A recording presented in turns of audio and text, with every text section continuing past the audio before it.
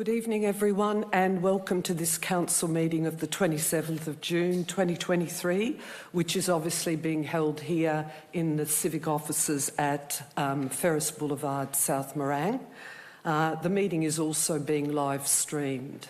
I'm Lydia Wilson, Chair Administrator at the City of Whittlesea, and I'd also like to introduce my panel colleagues. Firstly, Peter Duncan. Good evening everyone, welcome. And Administrator Christian Zara. Good evening, everyone.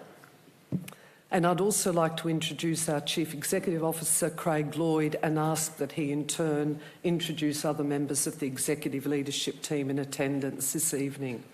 Thank you, Chair, and good evening, everybody.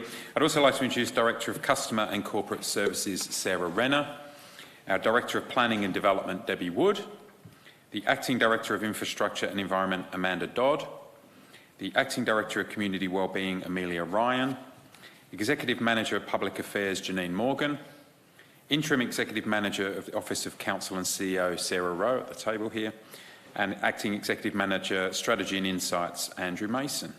Thank you, Chair. Thanks, Craig. Before we begin, on behalf of Council, I recognise the rich Aboriginal heritage of this country and acknowledge the Wurundjeri Willem and Clan and Tongarong people as the traditional owners of lands within the City of Whittlesea, and I'd also like to pay my personal respects to Elders past, present and emerging. I'd now like to read our diversity and good governance statement. At the City of Whittlesea, we're proud of our diversity and the many cultures, faiths and beliefs that make up our community. We strive to be an inclusive, welcoming city that fosters active participation, well-being and connection to each other and this land. We commit as a council to making informed decisions to benefit the people of the City of Whittlesea now and into the future, to support our community's vision of a place for all. We've got a number of important acknowledgements this evening. Firstly, in relation to awards, there's certainly been a lot of cause for celebration recently. We were really delighted to win the Community Partnerships Award at the Local Government Professionals Award for Excellence for the Epping Community Services Hub, and those awards are just on the table over to my left. The Epping Community Services Hub brings together multi-agency and service provider partners under a collaborative model. It's not just co-location, but it's all about collaboration to support our community to navigate the often complex health and community service systems. I congratulate all of our staff and the relevant agencies involved in this really successful and important project. We're also really pleased to receive a Silver Award for our 2021-22 annual report at the recent Australasian Reporting Awards. And that particular award recognises the enormous amount of effort that goes into developing the City of Whittlesea's annual report each year. The annual report provides our community with a detailed overview of Council's achievements over the previous 12 months, highlighting the many partnerships, collaboration and strong focus on supporting the community. And again, congratulations to all involved in the development of our annual report. My next acknowledgement is in relation to Refugee Week. On Thursday last week, I had the privilege of attending our celebrations for Refugee Week, which was held here at the Plenty Ranges Arts and Convention Centre, alongside the Deputy Chairperson of the Victorian Multicultural Commission. It was really an outstanding event attended by many people, with a number of really informative displays by our service provider partners and showcasing some beautiful artwork and some of the stories of our refugees. This year's theme was Finding Freedom, and attendees enjoyed cultural art, music, dance and traditional food. We supported several events to mark this really important week, which enabled people to tell their particular stories. We recognise and celebrate the enormous contribution our refugees make to our community identity and culture. And again, I thank all of our staff and our partner organisations involved in putting together such an amazing and very successful series of events and program. Thank you. If I could hand over now to Administrator Duncan, and I know she's got a couple of other acknowledgements. Thank you, Chair. Last week we also hosted a wonderful event for our older community, the Ageing Well Expo. The Expo offered practical information and services and supports that are available in the City of Whittlesea, as well as the opportunity, which is really important, to connect with others. The Expo also offered information on a really important topic, elder abuse. And June 15th was World Elder Abuse Awareness Day, which is a day to highlight the importance and the rights of older people. Elder abuse is an act causing harm to older people, often by those they trust and love sometimes. It also includes financial, emotional, physical and social abuse, and can include mistreatment and neglect. To highlight the significance of this issue, the Ageing Well Expo featured a special information session with Senior Rights Victoria. The City of Whittlesea stands alongside communities worldwide to support this important issue. Just one more, Chair, on Reconciliation Week. In the past month, we have also marked National Sorry Day and National Reconciliation Week. On Sorry Day, our staff and community members came together with a heartfelt ceremony to honour the stolen generations. National Sorry Day is an opportunity to reflect on the tragic consequences of past laws, practices and policies that separated Aboriginal and Torres Strait Islander children from their families. It is time to also acknowledge the strength of the stolen generation survivors and reflect on how we can play a part to help in the healing process for our people and for the nation. National Sorry Day was on the eve of National Reconciliation Week, and this year's theme was Be a Voice for Generations. Thank you, Chair.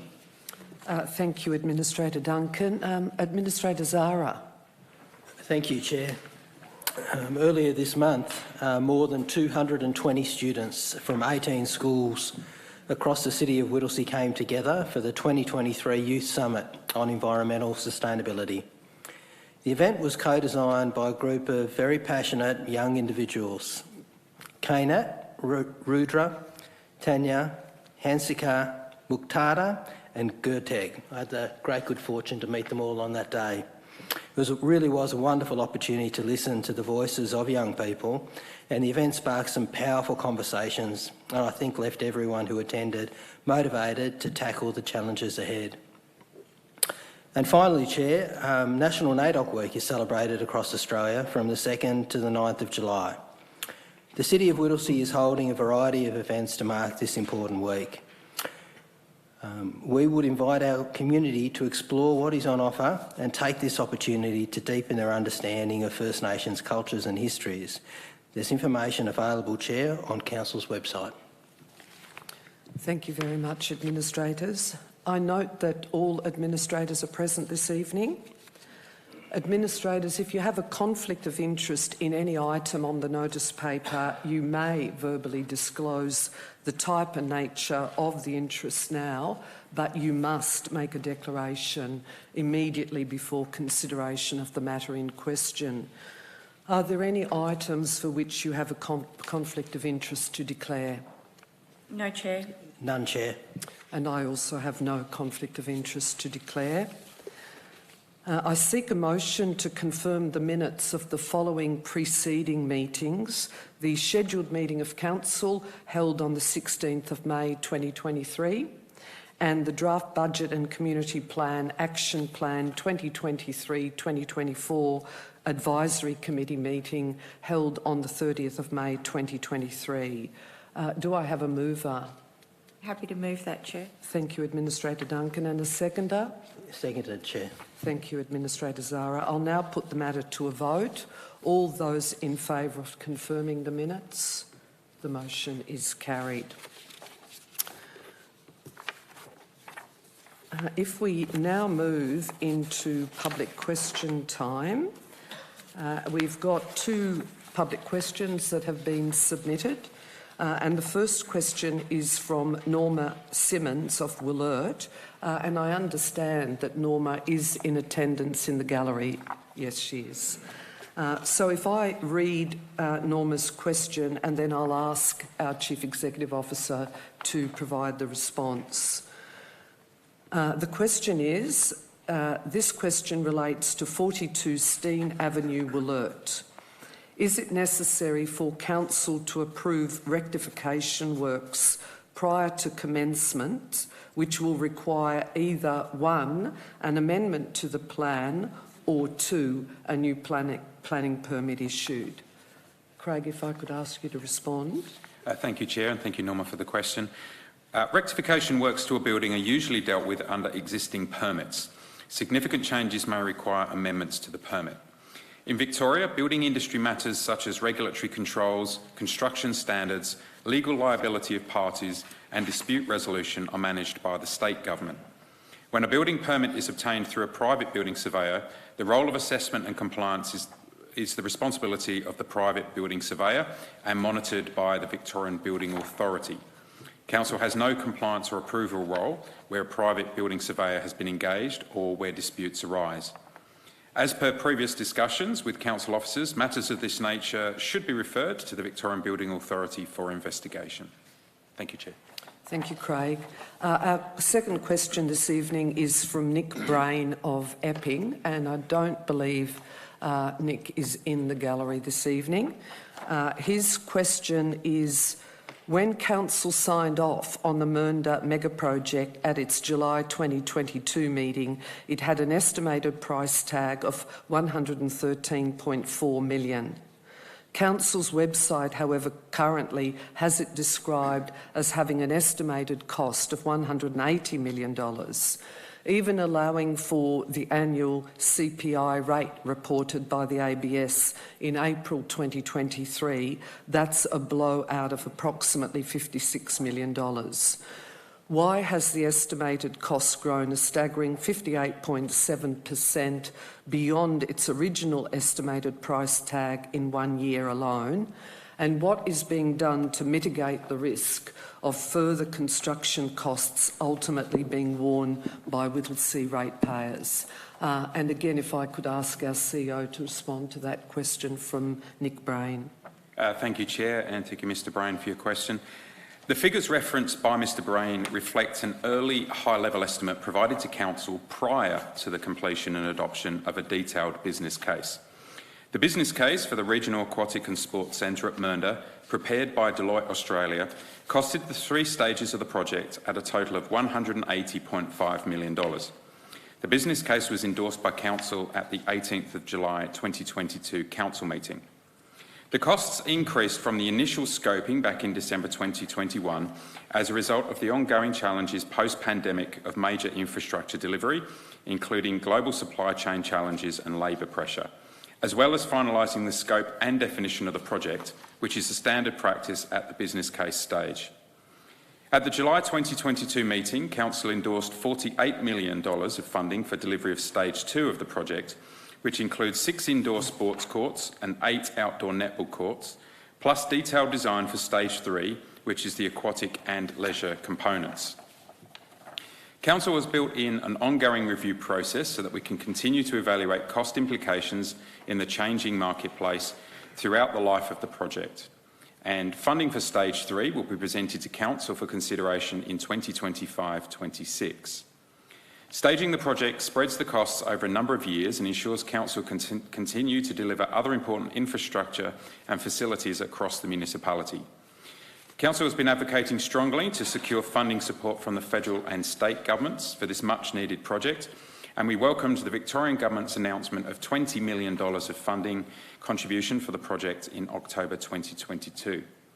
This significant investment into a regional sports and aquatic facility is about improving the health and well-being of our community. The City of Whittlesea has the highest proportion of overweight adults in northeastern Melbourne, the third highest portion of adults with type 2 diabetes in Victoria, and the sixth highest population of adults with heart disease in Victoria, with 44% of adults doing insufficient physical activity. On top of this, our municipality also has lower rates of participation in formal sports and recreational pursuits than other municipalities. The costs of this project are outlined in the business case, which is available on Council's website. Thank you, Chair. Thanks very much, Craig, for that really comprehensive response to Nick's question. We've got no petitions or joint letters this evening.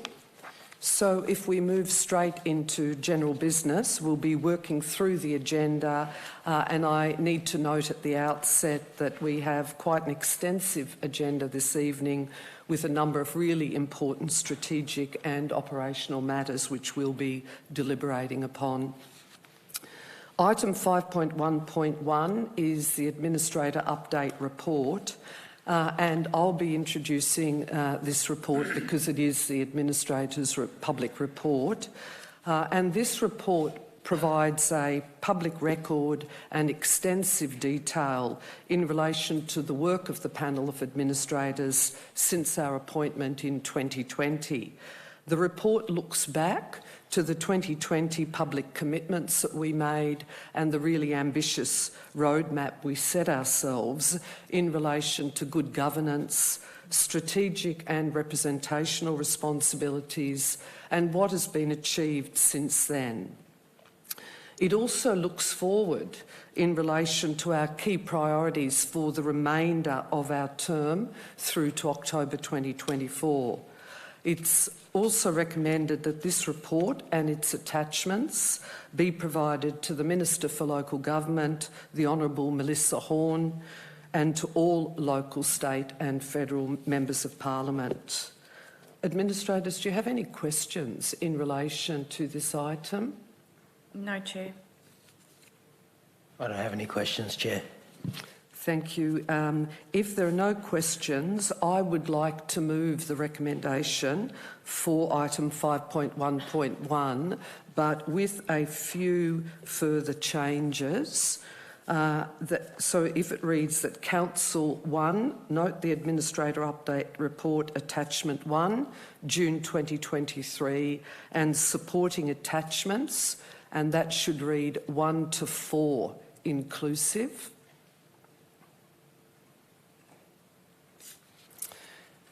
Thank you. And in part 2, provide a copy of the Administrator Update Report and attachments to the Honourable Melissa Horne, Minister for Local Government, Victoria. And if we could add in there to Local Government Victoria in brackets LGV.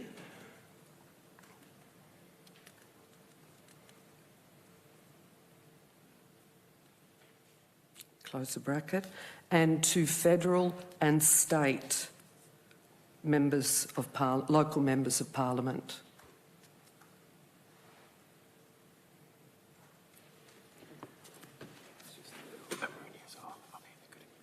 Thank you. Do I have a seconder with those amendments? Yes, Chair, I'm happy to second this one. Thank you. So I would like to speak obviously to this item because it's such an important item as a public record of the activities of administrators. And if I just commence by saying that from 2020, I and we outlined our vision for the legacy that we would like to leave at the completion of our term.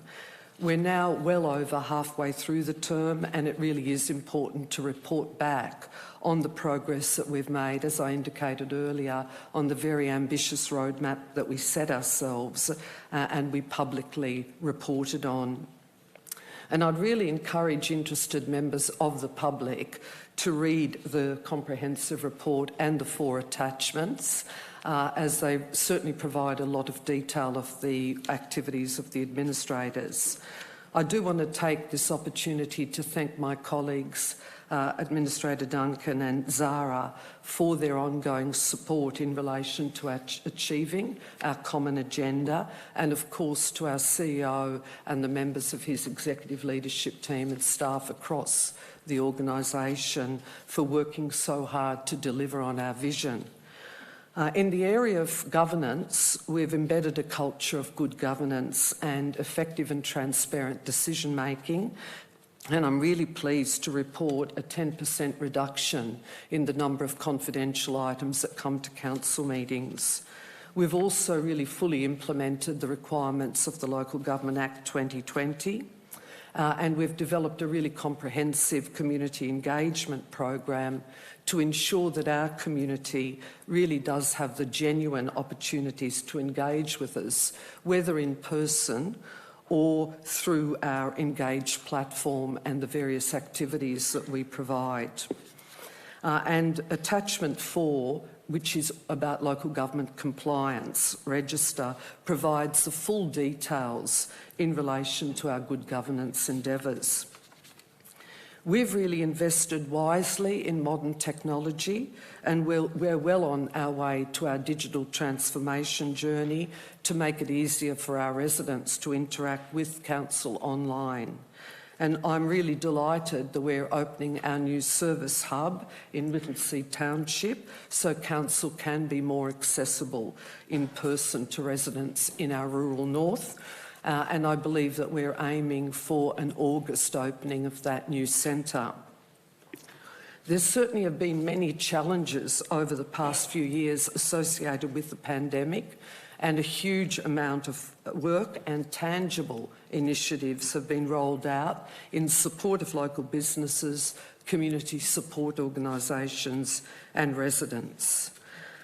Despite all of that and the more recent pressures on our community and council as a result of rising inflation, successive interest rate increases and escalating costs of living, we've delivered consecutive budgets which are responsible and balanced, and we'll be resolving on our budget for 2023-2024 this evening. Finally, in the area of strategic planning, we adopted our 4-year community plan in March 2021 and developed an integrated planning framework which synthesises over 100 strategies into 7 key documents aligned to our community plan, our vision of a place for all. Looking forward, our priorities are to deliver on an extensive capital expenditure program and to resolve on the remaining strategies. And a key focus of our work will also be planning for smooth transition to the return of elected representatives in October 2024, including the continued rollout of our community leadership program.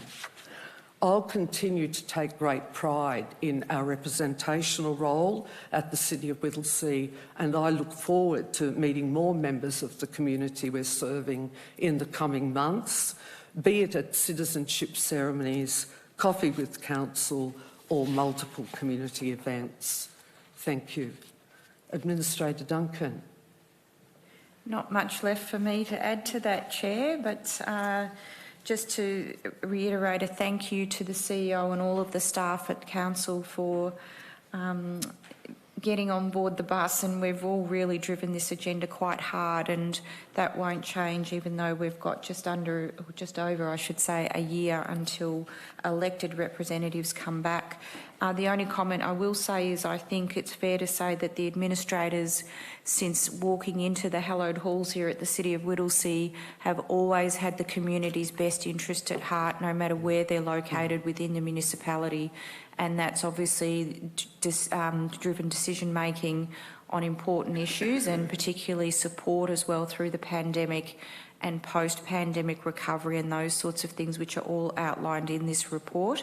and that won't change until we walk out of here in October 2024.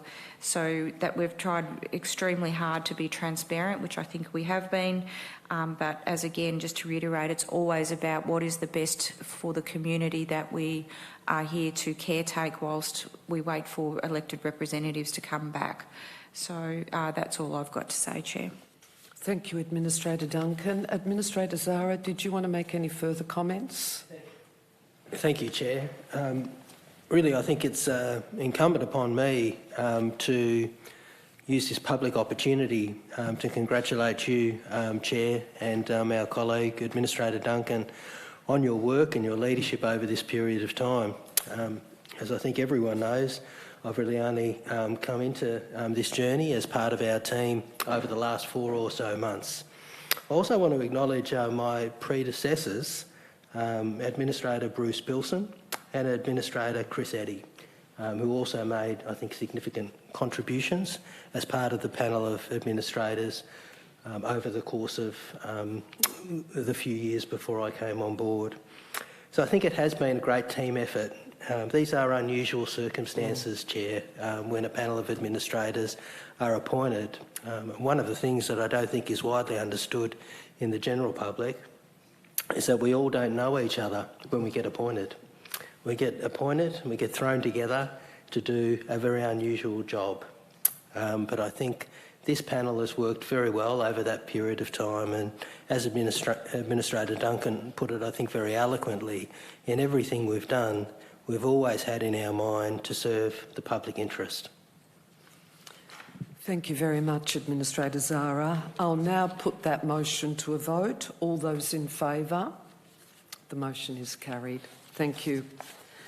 If we now move into item 5.1.2, Budget 2023-24 and Community Plan Action Plan 2023-2024, adoption and declaration of rates. And if I could call forward our Director of Customer and Corporate Services, Sarah Renner, to introduce this item. Thank you, Sarah. Thank you, Chair, and good evening, everyone.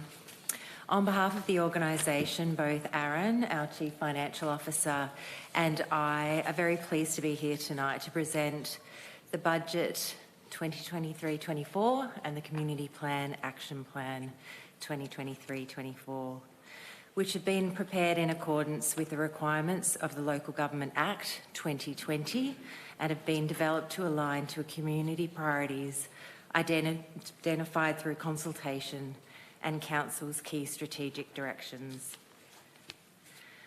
Following on from the March Council meeting where Council's draft budget for 2023-24 and draft Community Plan Action Plan were both adopted in principle for community consultation.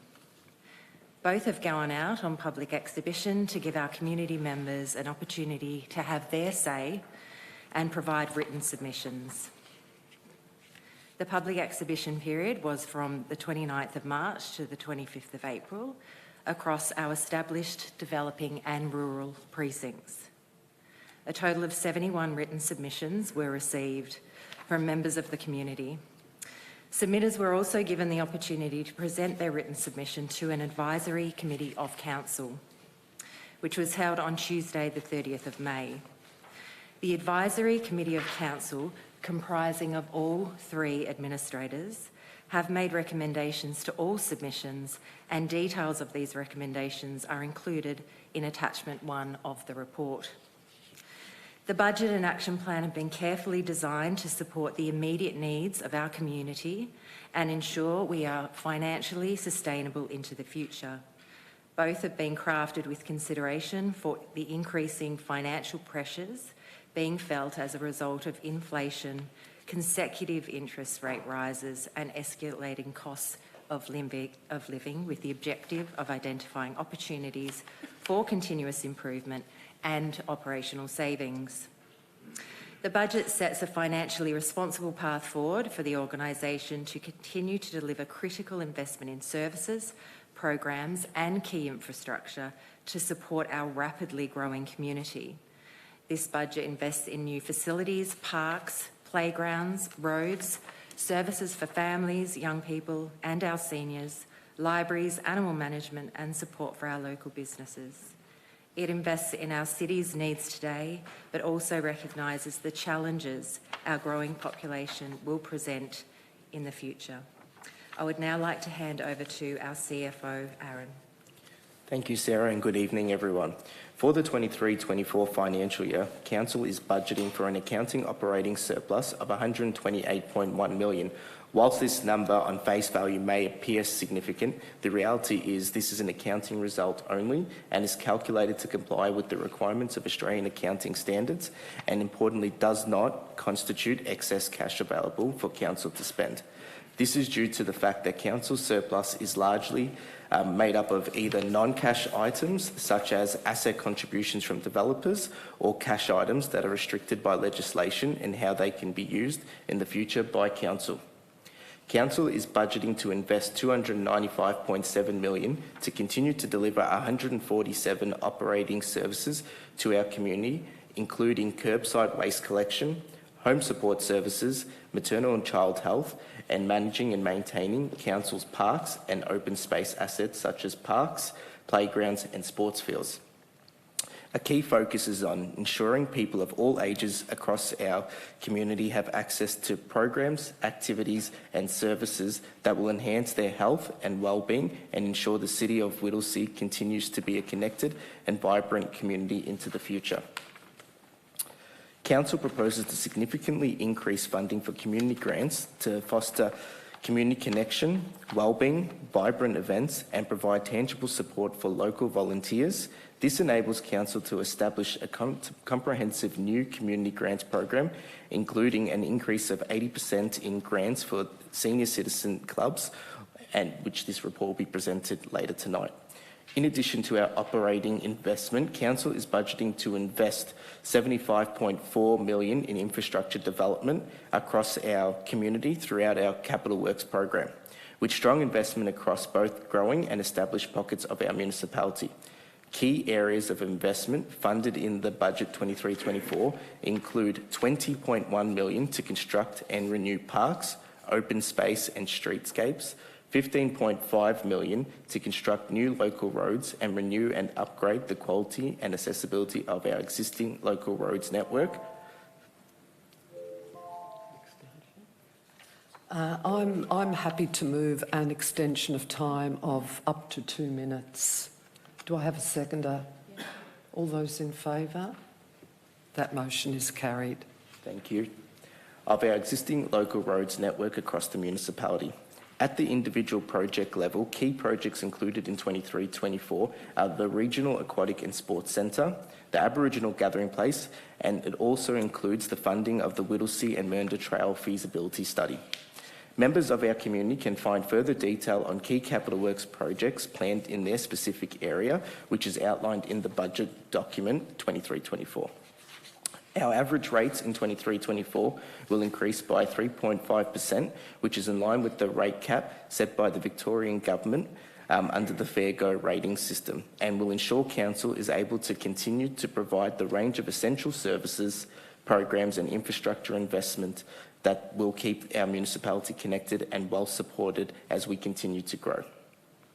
The Community Plan Action Plan 23-24 highlights the 56 key actions Council will deliver from July onwards and the key achievements made in the first 2 years of the Community Plan 2021 to 2025.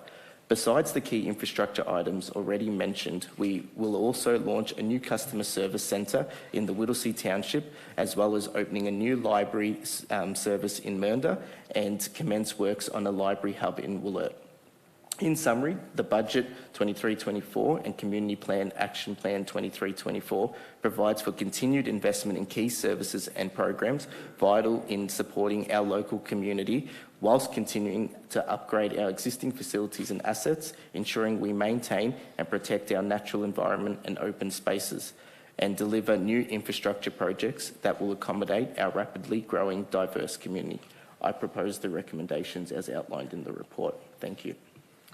Thank you very much to Sarah and Aaron for the really comprehensive overview of both our Community Plan Action Plan and the budget. I wonder if I could just start off with a few questions and other members of the Executive Leadership Team might respond to some of these. I note that the first round of grants would be for local food share groups to be able to share in the $100,000 that's being budgeted in food relief funding. I wonder if you could perhaps comment in relation to the trends that we're seeing that make this such an important initiative. Yes, thank you, Chair. I can comment on that. Many of the food relief services within the City of Whittlesea are seeing an increase in demand, particularly given, I guess, the current financial situation and certainly with regards to the cost of living. We really believe that with the launch of our new grants program, that contributing $100,000 to those programs is of utmost importance, especially around our community and families that are actually relying on these food relief services on a more regular basis. Thank you, Sarah. My next question really cuts across both the budget and the community grants review because I note that we've got emergency services funding and there is the provision within that, that amount of funding towards the local SES. I wonder whether you could just comment a little bit about that aspect. I think the CEO is going to respond to that question. Yeah, thank you, Chair. So what's proposed in the budget, and we're hoping to adopt this evening, is to include the Whittlesea SES unit to receive the same level of funding that council contribution makes currently to all of the local CFA brigades. There were some changes a number of years ago when the state government assumed responsibility for the SES and their funding was ceased from council, and we believe it's appropriate to reinstate that funding for a really important local volunteer emergency service. Thank you, Craig. My final question, we know through all the sessions that we've had with Coffee with Council and many other avenues of communication with our community that something very dear to the hearts of our residents are parks and open space management. And I note the 6 new dedicated resources that are included within the budget to continue to manage and maintain council's parks and open space assets. I'm not sure whether, Sarah, you're responding to that or one of the other members, or Craig. Craig might respond. Yeah, I'm happy to respond to that, Chair. So there are 6 new dedicated resources, horticultural staff within our outdoor workforce. Council has recently assumed responsibility for garden beds and similar within the municipality from our contractor. So these staff will be dedicated resources to get on top of that. They'll also be supported by other contractors through a competitive tendering process that's currently underway. Thank you. Administrators, further questions? Thank you, Chair. Can I just take this public opportunity to thank our team for all the work that they've done. I've just got a couple of questions for you, Chair. I was delighted, I think like most people, to see the increase in funding for community grants. It might be helpful if I could ask officers to perhaps just put that in to some scale for people, because I note the 33% increase, but we're actually making quite a significant dollar increase as well, because our contribution had already been quite large. So it'd be useful if you just describe what the previous number was and what the new number will be. So the previous grant number was $2 million. So this has been increased to $2.65 million, and significant increases are occurring in a couple of areas, pretty much across the board, but I did want to highlight in particular 2 areas. One is our senior citizens grant program, and that is moving from $195,000 to $350,000. And the second is around neighbourhood housing, which again is very important in these financially stressful times, from 150,000 to 250,000. And we'll hear more about that with a later paper on our community grants framework. Thank you. I appreciate you going into a bit more detail for us all. I think, Chair, one of the great things about this process was the public participation that we had throughout. And all of those people who took the time to make written contributions, and indeed a smaller group who came and presented to us in person.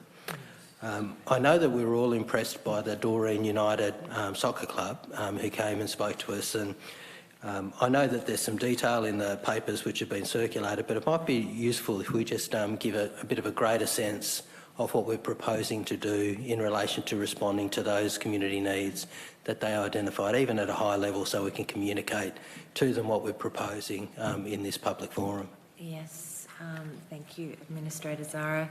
Just to give further context around that, the submissions were around two particular areas and then some minor areas. One was the ground lighting upgrades, and what we would like to respond with the guidance of the administrators and the committee meeting that was held, was that we do recognise the benefits of upgrading the existing sports ground flood lighting, and we will be adding it to the list of potential projects we will be prioritising for feasibility studies in the coming financial years.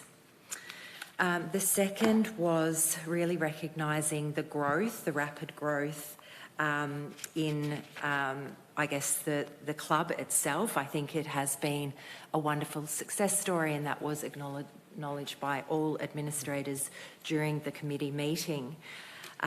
What we would like to commit to is looking at through the development of our long-term community infrastructure plan, looking at a longer-term strategy for investment into community facilities across the municipality, including this facility and other sporting facilities. Thank you. Thank you, officers. And no further questions from me, Chair. Thank you. Administrator Duncan, any questions? I'm happy to move the officer recommendation for item 5.1.2. Do I have a seconder? Happy to second it, Chair. Thank you, Administrator Zara. As I noted, we've had a really comprehensive overview in relation to the budget and the Community Plan Action Plan by Sarah and also by Aaron, and so I don't think that I need to make a lot of additional comments. I suppose there's just 2 points I would like to make, and they have already been covered off. The first is the enormous amount of community input that we've had in the development of both the Community Plan Action Plan and the budget, and we've had more than 1,500 contributions, feedback from 26 community organisations, and 71 formal submissions, which, as you indicated, were considered by the Committee of Council. The second point I just wanted to make is that the context that we developed both of these key strategic annual documents have been an environment where, as you've rightly indicated, residents and businesses have experienced significant cost pressures, as Council has as well, resulting from inflation, the cost of living increases and multiple rate rises. And we were really focusing on how we might lessen the burden on families, and there's a whole host of individual initiatives that I think target and recognise that. I just wanted to, in concluding, express my appreciation to the community and our business sector for the input that we've had in the development of these documents. And secondly, for the many, many months of hard work by council officers, obviously led by yourself, Sarah and Aaron, and the team, but it's right across the whole of the organisation. And the many, many briefings that we've had with staff in relation to the formulation of both the Community Plan Action Plan and the budget. So if you can please ensure that you pass on our appreciation to the many staff across the organisation. Administrator Zara. Thank you, Chair. I'll be fairly brief in my remarks, but just to use this public opportunity to thank our team. It has been a great process that's maximised community participation, and I think it's all the better for that. Where we possibly could have through this process, we've incorporated that community feedback and input, and I thank our team in particular for finding ways to do that, because that is very much the heart and soul of this whole democratic process that we're engaged in together. There's a couple of things that are worthy, I think, of extra special attention. And I want to just again draw attention to the very significant increase to community grants.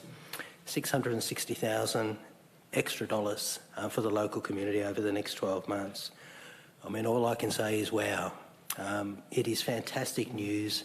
It gives room for community leadership, community responses, and people solving problems at a local level, and that's exactly what we should all be about. So I really thank our team for their hard work and dedication through this process, and through you, Chair, thank all of those citizens locally, all of those business groups who participated, I think are really, with great goodwill in this process, and hopefully we've given them reason to continue that participation in the years ahead. Thank you, Administrator Zara. Administrator Duncan. Thank you, Chair. Again, I've got the short stick here because everything's sort of been said that I would like to say, so I'm not going to speak and repeat myself for the sake of it. I just would like to say one thing though is to Aaron, just thank you for, again this year, explaining what the surplus means. I think everyone, including myself, we all get a bit excited when we see, $128 million, but it's not sort of real cash, so to speak, and it has been committed and we're restricted. So I think it's great that you continually educate all of us that it's not there just sitting there, and I think that's very important. I did really want to say the budget is such a balancing act every year, but particularly post-pandemic with the cost of living, which we've discussed here. I'm not going to go on about that, but it's the balance between the critical infrastructure and those sorts of things that we must do to the heart of the community are struggling, what can we do to support? So it's sort of that yin and yang of the commercial side, so to speak, and then the support side of our community. And I think you've absolutely nailed it, and you've put a lens across this budget being sensitive to the environment, like the impact of what's happening outside of these walls. And I don't think there's a lot of councils that think that way, and I've said it. But so I just commend everybody on having that lens to make sure we do support our community through the rough ride for an indefinite time in terms of this financial year. We don't know how long. So well done to everyone, and it's a power of work. Thank you, Administrator Duncan. I'll now put that motion to a vote. All those in favour? The motion is carried. Thank you again. Item 5.1.3, proposed draft community local law. And if I could ask our Acting Director of Planning and Development, Debbie Wood, to come forward. Thank you.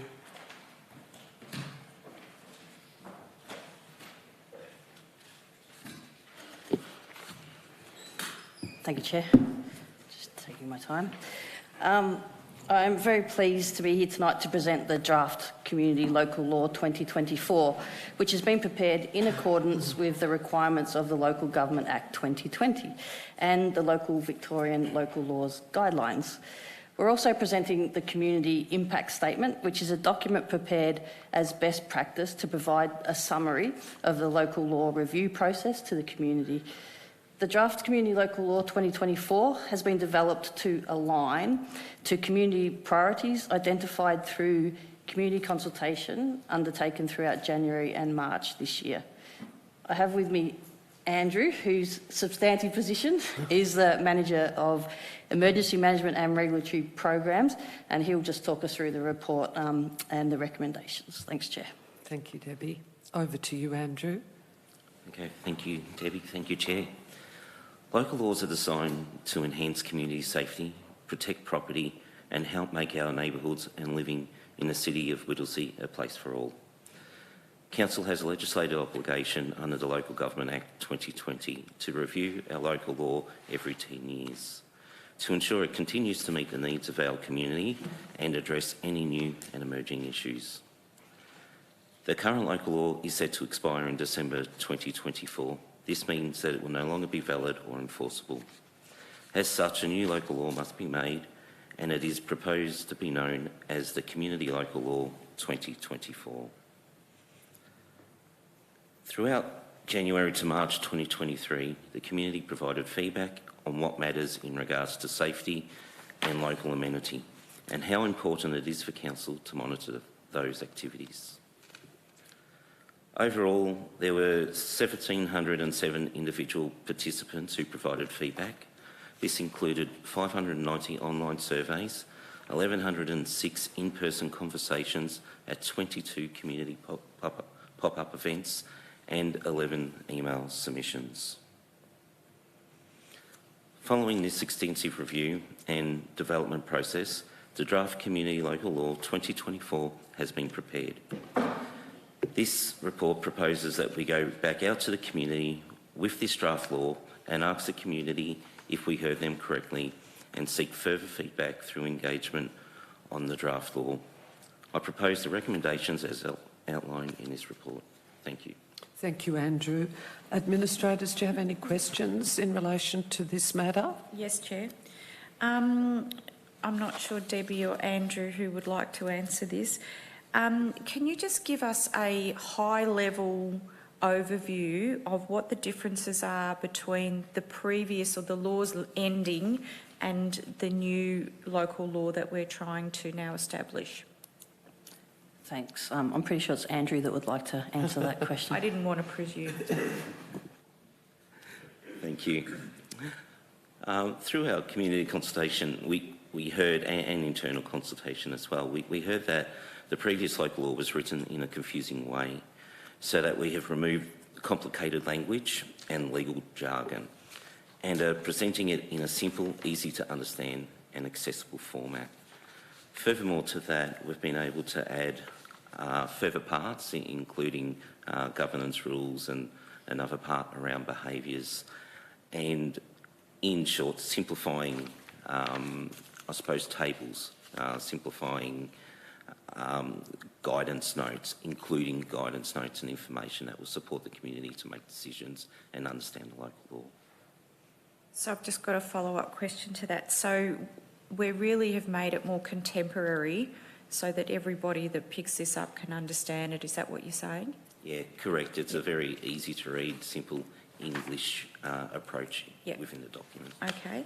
And I've just got one more question, if I may, Chair, and that is, given we've just had the discussion, we've simplified it, if that's the right term, but anyone can read this properly because it does get confusing.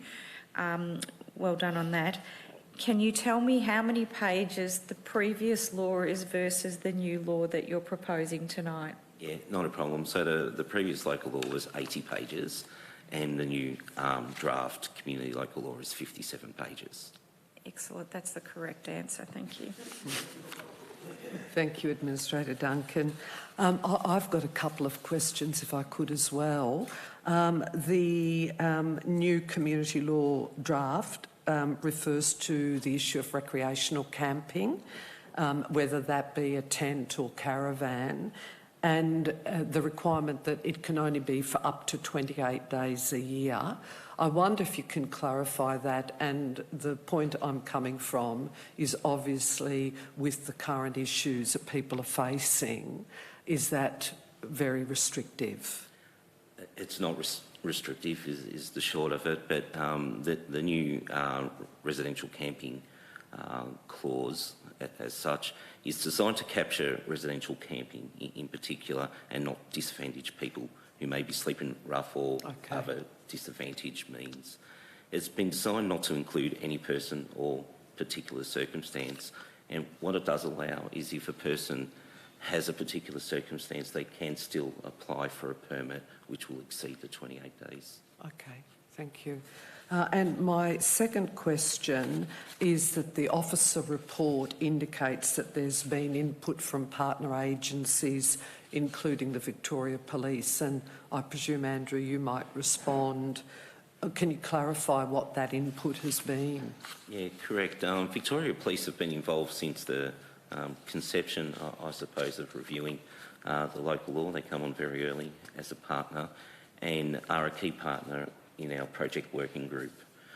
Victoria Police have also undertaken to support us at our community pop-up events. They've attended the events and they also will be attending further events in regards to the promotion of the draft local law. And in regards to that, the Victoria Police and particularly local police have some great networks connected into their community, which is also our community, and the feedback from those activities and interactions have also been fed back into our committee. Good, great, thank you. Any other questions, administrators? No. Do I then have a mover and a seconder for the officer recommendation for item 5.1.3? I'm happy to move that, Chair. Thank you, Administrator Zara. Happy to second, Chair. Thank you, Administrator Duncan. Administrator Zara, over to you. Thank you, Chair. Thank you to our team for all of the work that's been involved in bringing this together. There are many parts of this that I have no hesitation in saying that I really love. So plain language is something that is best practice when it comes to government documents, especially things to do with any type of law. So to see that so front and centre in the change is really outstanding. Reducing the total number of pages from 80 to 57, just fantastic. We should do more of it. It is always a good thing. It makes the documents accessible, it makes them easier to enforce, and it means people understand what they're doing. I think as well, Chair, one thing that I'd say is that right around Australia and particularly here in Victoria, our own jurisdiction, local law is a real mystery to people. Most folks just don't know what it is. And I think we have to sort of acknowledge that as a starting point. So the work that's been done today in actually making it accessible, understandable, much simpler, is a huge step forward. It's not the end of the process though, Chair, and I think it's important for me to point that out. This is our best effort up to this point. We've had a large amount through our team of community input and feedback, but we want more. In fact, we need more to get it absolutely right. So through you, Chair, if I can say to those people who are watching the live stream or might be watching it subsequent to tonight, please participate, read it, tell us what you think. So when we revisit this later in the year, we get it absolutely right. Thank you, Administrator Zara. Administrator Duncan. Oh, why not? So, Andrew, I think congratulations, as Administrator Zara has said, about it's easy to actually read. I really like that as well. And I think having community consultation as well not only makes it practical, and is that practically going to work if we're changing a local law, but it also brings people on the journey once we refine and use the feedback that we're getting to refine the laws so that it's simplified in terms of easy to know I can't do this, and we're also hearing what some of the sticking point issues may be in the community that can be in a compliance framework like this. So well done to you and the team, and to all the team that undertook the consultation as well. It's great to have so much feedback on this topic, because with all due respect, it can be a bit dry, but you've actually made it quite good and easy to understand. Thank you, Administrator Duncan. Just before I put that motion to a vote, I just wanted to make a couple of really quick comments. I echo the comments of my colleagues. I think it's a superb document, and I think the key features about it being plain English, really well laid out, easy to navigate, easy to understand, and I think importantly, even the fact that it's titled the Community Local Law says something in itself.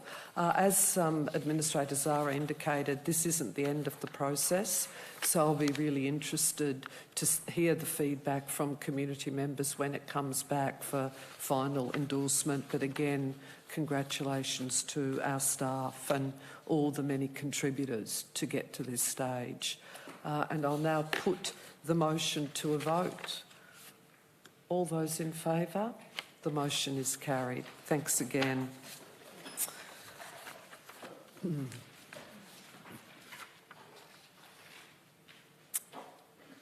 Item 5.1.4, Whittlesea Park Master Plan endorsement. And if I could ask Amanda Dodd, Acting Director of Infrastructure and Environment, to introduce this item.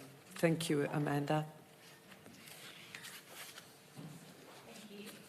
I'm very pleased to introduce Adrian, who is our Unit Manager of Parks Development, who will be presenting the paper on the fantastic Whittlesea Park Master Plan. Thank you, Amanda. Evening, Chair. The City of Whittlesea has partnered with the long-standing Whittlesea Showgrounds and Recreation Reserves Committee of Management in the development of a master plan for the 25-hectare parkland in the Whittlesea Township, known collectively as Whittlesea Park. The Whittlesea Park Master Plan provides the City of Whittlesea, the Whittlesea Showgrounds and Recreation Committee of Management and the Whittlesea community with a vision, direction and prioritisation of future improvements over the next 5 to 10 years. After consultation with community and key stakeholders, the vision of the master plan is to create a strong identity for Whittlesea Park as a highly valued and recognisable place, maintain and improve the provision of the park facilities and amenities, protect and enhance the overall park environment, enhance and develop a strong sense of community associated with the park, and provide well-defined, safe and accessible connections within the park and the Whittlesea Township. Council officers and the Showgrounds Committee of Management would like to thank all those in the community who provided valuable feedback during the multiple consultation and engagement phases. And on a personal note, Council officers would like to thank all of the Showgrounds Committee of Management members for their continued dedication towards the Whittlesea community and the commitment to the preparation of this master plan. The report recommends that Council support the findings of the Whittlesea Park Master Plan Committee consultation and findings report, endorse the Whittlesea Park Master Plan, support the new land management and maintenance proposal for Whittlesea Park, and acknowledge the work of the Whittlesea Showgrounds and Recreation Reserves Committee of Management in managing the Whittlesea Park. Thank you. Thank you very much, Adrian. I've got an initial question, if I could, and that is, I wonder if you could confirm the funding available within the current capital expenditure program. The report indicates that approximately 5.1 million of the estimated costs could be absorbed from projects and programs already listed within the capital program. Can you talk a little bit more about that? Yeah, Council currently has a number of rolling programs to improve existing infrastructure and assets. That includes items such as playground, fencing, public toilets and other kind of assets within public open space. In general, there's around approximately $5.1 million of assets that would generally be financed through these rolling programs that are already within Council's ongoing capital budget. Okay, thank you, Adrian. Any other questions, administrators? No. Do I then have a mover for the officer recommendation for item 5.1.4? I'm happy to move this, Chair. Thank you, Administrator Duncan, and I'm very happy to second it. Administrator Yes. Duncan.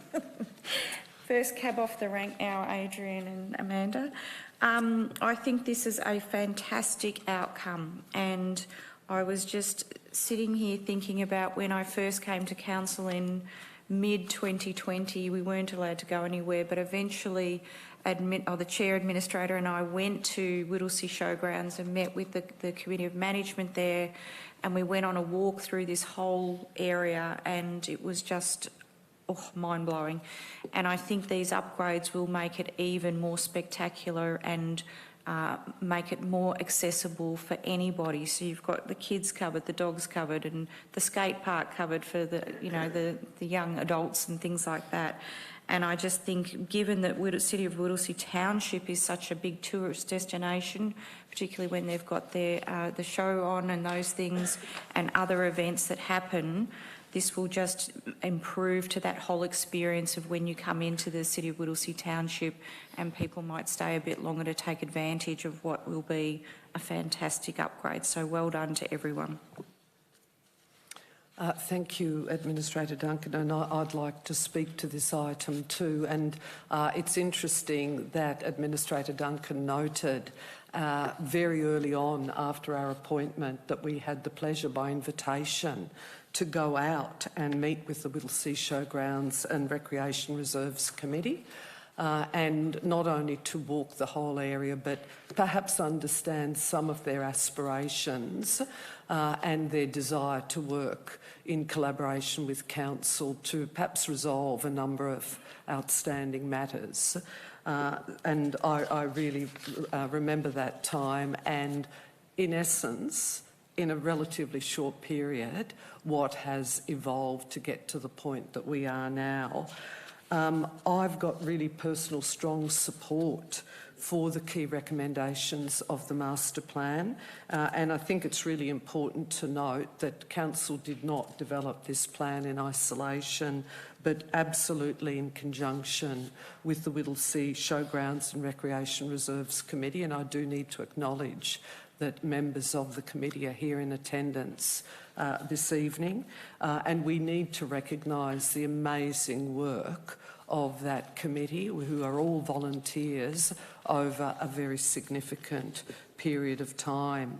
I'm really hopeful that we'll be able to deliver some of the key elements of the master plan in the short term, and obviously I'm not pre-committing us to budget provision that we need to resolve on, but it has to be subject to obviously our capital expenditure deliberations and clearly, as the report indicates, grant applications and successful securing of additional funds. I think it's also, I really support the notion that Council will take over the management responsibilities by agreement for the land west of Bruce's Creek Plenty River, where most of the infrastructure will be located. And I really look forward to seeing the evolution of the master plan, and again acknowledge the many contributors to the master plan. And Adrian, to you and your team, again we thank you. This has been done essentially in-house, and it's something that we noted earlier about the huge contribution of our council officers in working with the community to develop these master plans in consultation. So thank you for all of your efforts, and obviously to the Committee of Management as well. If there's no further comments, I will put that motion to a vote. All those in favour? The motion is carried. Thank you again.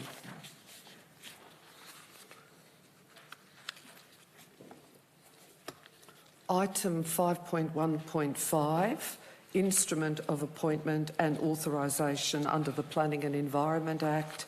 And if I could ask our Interim Executive Manager, Office of Council and the CEO, Sarah Rowe, to introduce this item. Thank you, Sarah. Thank you, Chair. The Planning and Environment Act 1987 requires that Council, by resolution, appoint authorised officers to exercise their powers under the Act to allow the officers to effectively perform their duties. As per the report, it is recommended that Council appoint the Council officers as per the attachment included, as authorised officers under section 147(4) of the Planning and Environment Act 1987 and section 313 of the Local Government Act 2020, and have the instrument come into effect when it is executed and remain in force until Council decides to vary or revoke it. Thank you. Thank you, Sarah.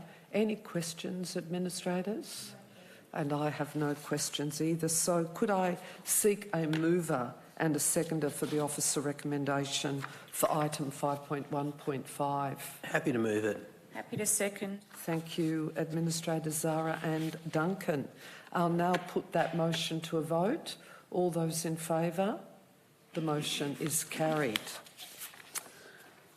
Item 5.2.1, Community Grants Framework.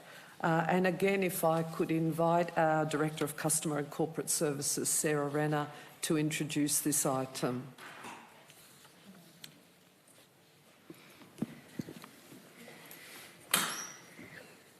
Thank you, Chair. Assad and I are pleased to bring to Council our Community Grant Guidelines post-community consultation. The new guidelines will provide several benefits to the community and increase opportunity for funding to several groups and localities. I will now hand over to our Manager, EPMO and Change, Assad, to provide more detail. Thank you, Sarah. Thank you, everyone. As per endorsement in the Council meeting on 16th of May, the draft Community Grant Guidelines went out for community consultation between 17th May and 13th of June.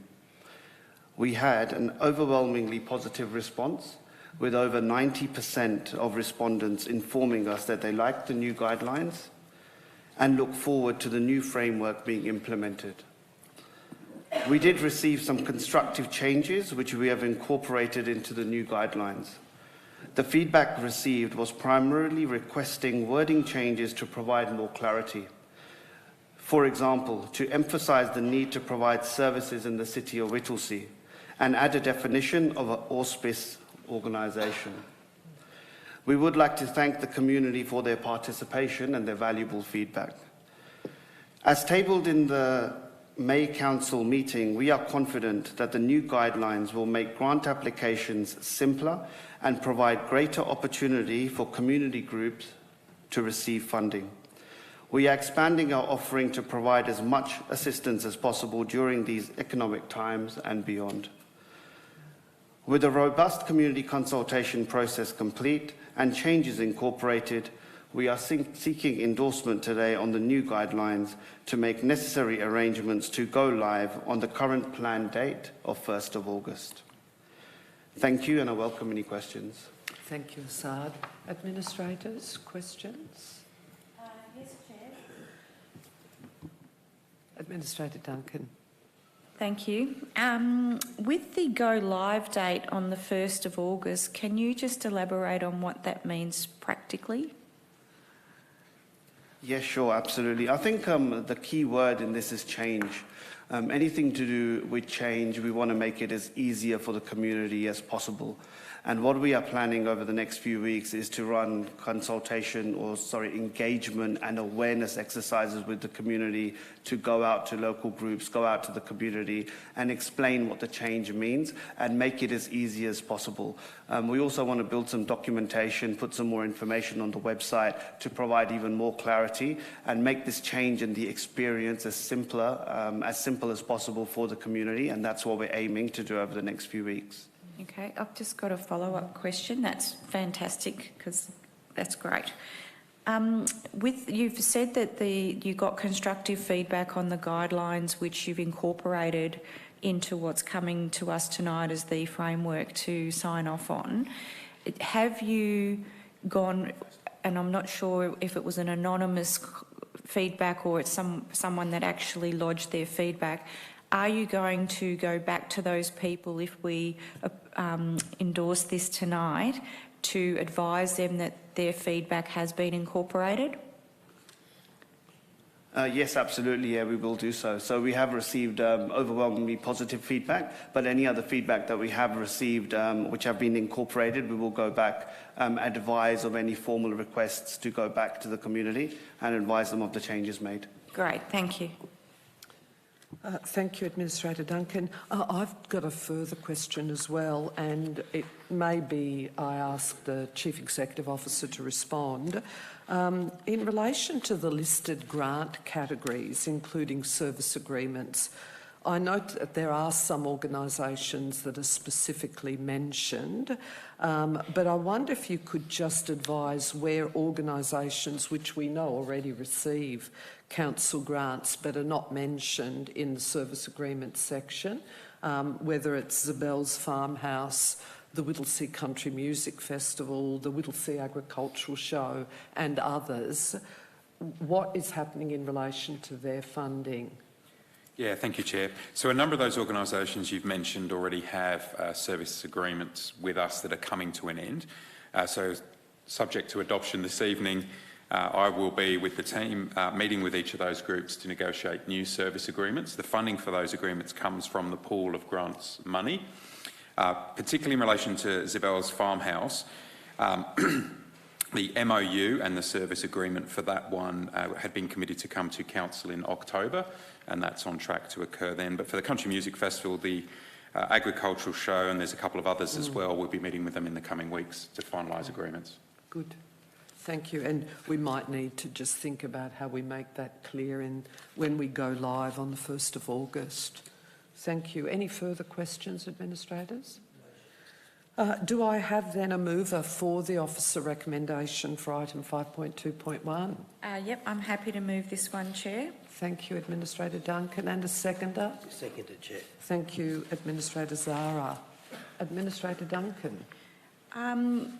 I don't have a lot to say, but this has been a power of work to not streamline, because that sounds like we're reducing when we've just heard in the previous discussion on the budget that we're not, but to make it easy, that you can come at any time, there's all year round grants, and not just be rigid when you have to lock in your application before June 30 for the next financial year. I think that gives the community much more flexibility, and it also means that if there's a certain need that pops up that we can't see coming, these grants are available to help fill that need.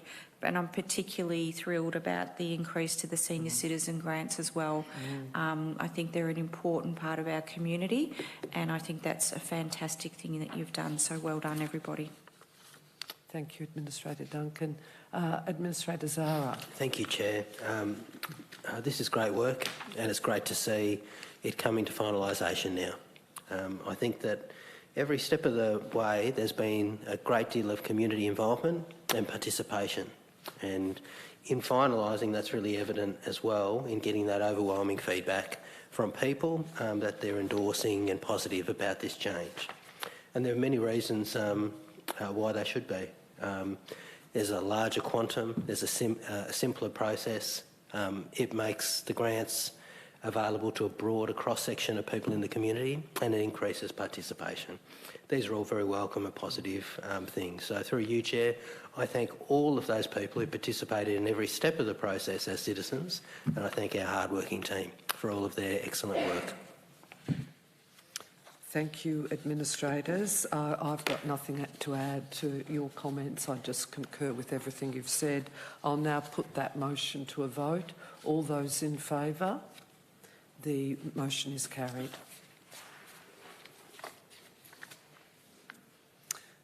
Item 5.2.2, Library Service Review Update. And if I could invite our Acting Director of Community Wellbeing, Amelia Ryan, to introduce this item.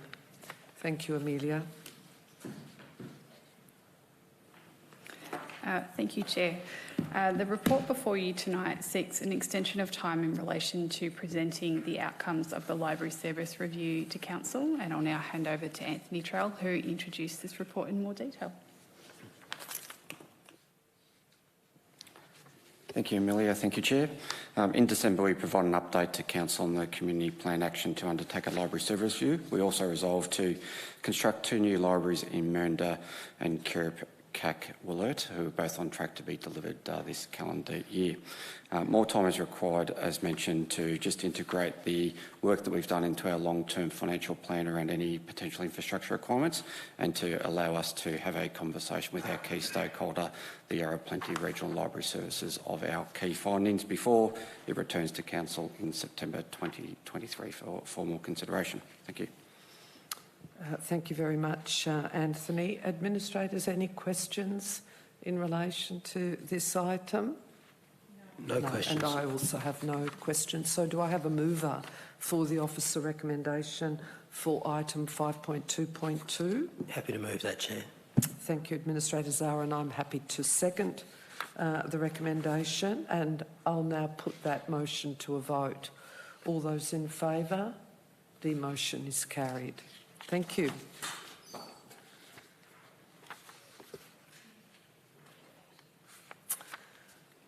Item 5.2.3, petition, removal and replacement of nature strip trees in Kana Drive, Mill Park. And if I could invite our Acting Director of Planning and Development to introduce this item. Debbie. Thank you, Chair. Just mixing it up a bit.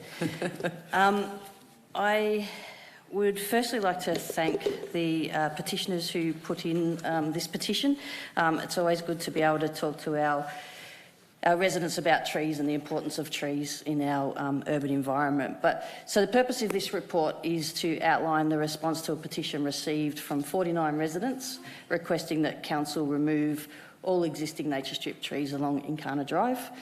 But I have Mark here, our Acting Manager of Maintenance and Operations, and I'll get him just to take you through the details of the report and the recommendations. Thanks. Thank you, Debbie. Mark? Thank you, Ms Wood, and good evening, everyone. The reason for their request from these residents was to address safety concerns they perceive stemming from excessive leaf, gumnut, twig drop, as well as suggested infrastructure damage to structures and private property. Incana Drive has 6 different species of trees, the dominant tree species being a red spotted gum or Eucalyptus minifera, and some of the connecting cul-de-sac streets also have a range of other species, mostly dominated by a different sort of eucalyptus, yellow gum. But all our street trees are regularly reviewed for their health and are maintained in accordance with our street tree management plan. The trees were last inspected in May 2022 and no significant health or structural issues were determined. But in response to the meeting with the lead petitioner, Council commissioned an independent arboricultural assessment to test the validity of its own findings and a risk assessment of the same trees.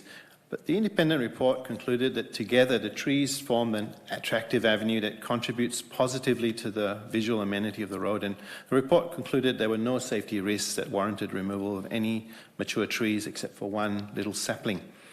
But instances of disruption to public footpaths and crossovers by underlying roots from trees was also noted in 4 instances, and this is quite a common occurrence in the urban environment, but Council actively manages this by renewing or patching areas of the footpath where damage presents as a trip hazard to pedestrians in accordance with its road management plan.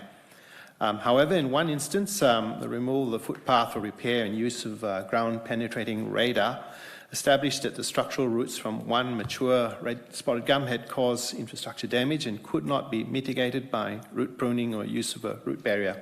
And in that scenario, a decision was made to remove the tree, and one of the recommendations in the report alludes to this action. But of the 81 trees assessed, 85% of the trees were assessed to have a life expectancy greater than 50 years. And so the overall health of the trees was assessed to be good. And they're growing well in their environment. And so I propose the recommendations outlined in the report. Thank you. Thank you, Mark. I wonder if I could start off with a couple of questions, and I just preface my question by saying that I've actually been out on site to Incana Drive and had a whole look around that area and some of the courts that you've referred to. Given that we've had a number of petitions to Council in relation to trees, particularly mature trees, over the past few years, and any concerns that they may have. I wonder if you can talk a bit, and it might be, Debbie, you might wish to respond to this, but what steps are we taking to address these concerns, and most importantly, to highlight the broad benefit of mature street trees, particularly in our urban environment? Thanks, Chair. Look, I will let Mark respond to this a little bit more, but through our Greening Whittlesea strategy as well, we do really highlight the importance of trees in our urban environments, which are many. But I know the team are now doing some work around how we educate and communicate that to our broader residents. So I'll just let Mark maybe touch on some of those details. Thanks, Chair. Thank you. Mark? Yes, thank you, Ms Wood. Yes, certainly as Ms Wood was saying, we are making a strong effort to improve the education about trees and their benefits. One of the things we're also doing is improving our website in the months to come, and featuring information about how trees benefit us, especially in the current climate emergency. But we're also putting articles in our local newsletter so that residents will understand the value of trees. Thank you. Thank you, Mark. My second question, and you did touch on this when you provided your introduction, Mark, safety concerns were raised by residents in relation to excessive leaf, gum nut and twig drop, as well as infrastructure damage. Apart from the couple of instances of footpath damage caused by tree roots cited in the report, can you comment any further on other reported safety concerns that we're aware of? Thanks, Chair. We don't have any incidents of any safety concerns that have come through to us through our systems. Obviously, when we meet with the residents, there are times of year where we do get a bit of leaf litter drop from these trees, but we really want to work closely with the residents about how we can minimise the impact of that for them.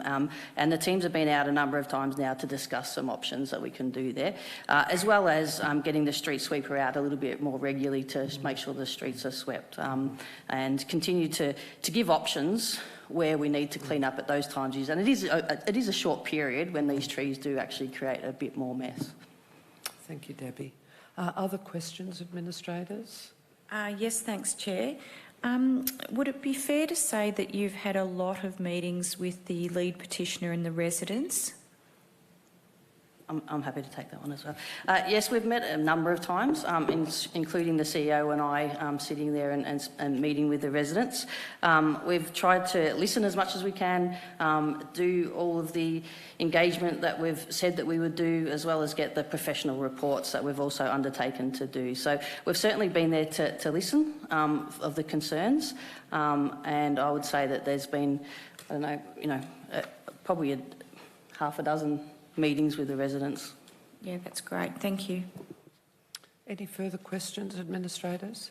None, Chair. If there's no further questions, I'm happy to move the officer recommendation for item 5.2.3. And do I have a seconder? Happy to second that, Chair. Thank you, Administrator Duncan.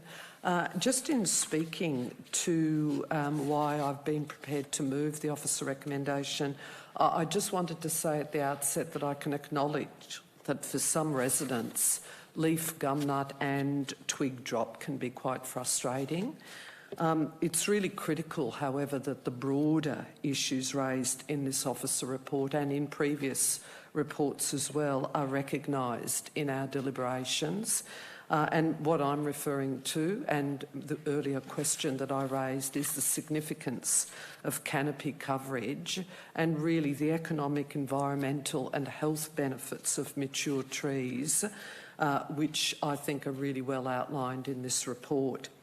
I think it's also really important to note, and Mark, you referred to it, that an independent arborist report was commissioned, and subsequently several trees, if they haven't already been removed, will be removed and replaced. And the report indicates as well an officer recommendation that there'll be the remedial pruning over the next 12 months and that we will be actively monitoring our 8 to 12 week street sweeping program to ascertain whether there are those peak periods of leaf and bark drop if required. So on that basis, I'm happy to move the recommendation. Administrator Duncan? I'll now put that motion to a vote. All those in favour? The motion is carried. Thank you, Debbie and Mark. Item 5.3.1, Planning Scheme Amendment C249, Planning Scheme Review for decision seeking authorisation. And if I could invite our Acting Director of Planning and Development, Debbie Wood, to introduce this item. Thank you, Chair. Got a couple of hats on. I'm happy to present this report that proposes Planning Scheme Amendment C249 that seeks to update the Whittlesea Planning Scheme to implement the outcomes of the Whittlesea Planning Scheme Review of 2022. This report also seeks to adopt the City of Whittlesea Stage 2 dry stone wall study for inclusion in the Whittlesea Planning Scheme. I have Nick here with me, our strategic planner, to present the report and go through the recommendations. Thank you, Chair. Thank you. Nick. Thank you, Ms Wood. I present to you this report on Planning Scheme Amendment C249. The amendment seeks to update the Whittlesea Planning Scheme to implement the outcomes of the Planning Scheme Review 2022. Council is required under the Planning and Environment Act 1987 to review its planning scheme every 4 years, within 1 year of adopting the council plan. This is to ensure that the planning scheme remains relevant and up to date in guiding planning and development outcomes. The planning scheme review was undertaken following the adoption of the council plan in 2021 in line with this requirement. The review found that the planning scheme is generally performing well and the proposed updates are minor in nature and consistent with an ongoing maintenance approach to improve the operational effectiveness and efficiency of the scheme. I draw your attention to Attachment 1, which has the specific track changes to the planning scheme, which form the basis of this amendment. This is the format required by the Department of Transport and Planning. A summary of the proposed changes include minor updates to improve wording and clarity, other updates reflecting changes in the growth rate and employment sectors of the municipality, the inclusion of key policy directions derived from recently adopted council strategies, including the community plan, strong local economy strategy, sustainable environment strategy, climate change plan, and green wedge management plan, merging and updating various maps to reflect current zoning and improve usability and clarity, in particular to the rural conservation zone schedules and the green wedge A zone schedule. Remove the public acquisition overlay schedule 4 at 605 O'Hearns Road, which is no longer required. Removing the telecommunications and satellite dishes local policies, which are also no longer required. And following consultation with the Victorian Planning Authority, minor edits to the urban growth zones schedules 3 through to schedule 7, in particular to the precinct infrastructure plan mandatory condition to clarify and ensure consistency of the quantum and timing of infrastructure payments. The report also seeks to adopt the City of Whittlesea dry stone wall study for inclusion as a policy document in the planning scheme. This study is rich with historical information and cultural heritage assessments of Whittlesea's dry stone walls. Its inclusion will help guide Council's decision-making to support improved protection of these historic walls. It is therefore recommended that the motion is moved in consistent with the officer report. Thank you, Nick. Any questions, administrators? And I have no questions as well. So do I have a mover for the officer recommendation for item 5.3.1? I'll move it, Chair. Thank you, Administrator I'll second, Zara. Chair. Thank you, Administrator Duncan. Would you like to speak to the item? Briefly, Chair. Well done to the team involved. Dry stone walls are, of course, fantastic community assets and highly valued. And I think we're increasingly aware of just how important a layer they are to our history. Great to see these steps taken. And I'd add as well, Chair, in the report it was so evident how comprehensive our team has been in really going through this with great care and diligence. Thank you, Administrator Zara. I'll now put that motion to a vote. All those in favour? The motion is carried. Thank you. You might want to remain seated. Item 5.3.2, Planning Scheme Amendment C271, rezoning of Mernda Regional Recreation Reserve exhibition outcomes. And again, Debbie, if I could invite you to introduce this item. Thank you, Chair. The purpose of this report is to inform Council of the outcomes of the exhibition of Amendment C271 and recommend that Council adopt the amendment and submit it to the Minister for Planning for approval. Just noting that this rezoning is of a really significant site for us with that leads to the Mernda Recreation Reserve, where we've got a project at the moment that everyone knows about. So I think it's a really great next step for us to continue to move forward with that project. I have George here with me, our Manager of Strategic Futures, who will present the report and the recommendations. Thanks, Chair. Thank you, Debbie. Over to you, George. Thank you. This report discusses the outcomes of the exhibition process for proposed Amendment 271 to the Whittlesea Planning Scheme. The amendment seeks to rezone land in council ownership in Mernda, which has been identified as a regional recreation reserve within the Mernda strategy plan, from the general residential zone to the public park and recreation zone. The public park and recreation zone reflects both the public ownership of the land and also the long-standing strategic intent within the Mernda strategy plan for the land to accommodate regional recreational uses to service the residents of Mernda and Doreen. Amendment C271 also proposes to adjust the heritage controls which apply to Preston Hall, located on the site, to allow prohibited uses subject to a planning permit. Preston Hall is a bluestone cottage incorporating dry stone walls and mature trees and is affected by a heritage overlay. The proposed amendment will provide greater flexibility for future use of the building, which will assist with its long-term preservation and use. The amendment was exhibited and only one submission was received. That was subsequently resolved and withdrawn without any changes required. So therefore the recommendation of the report is to for the amendment to be adopted by Council and submitted to the Minister for Planning for approval. Thank you, George. Administrators, any questions? No questions, Chair. I have no questions either. Do I have then a mover for the officer recommendation for item 5.3.2? I'm happy to move this one, Chair. Thank you. And a seconder? Thank you, Administrator Zara. Administrator Duncan, would you like to speak to the item? No, thanks, Chair. Administrator Zara?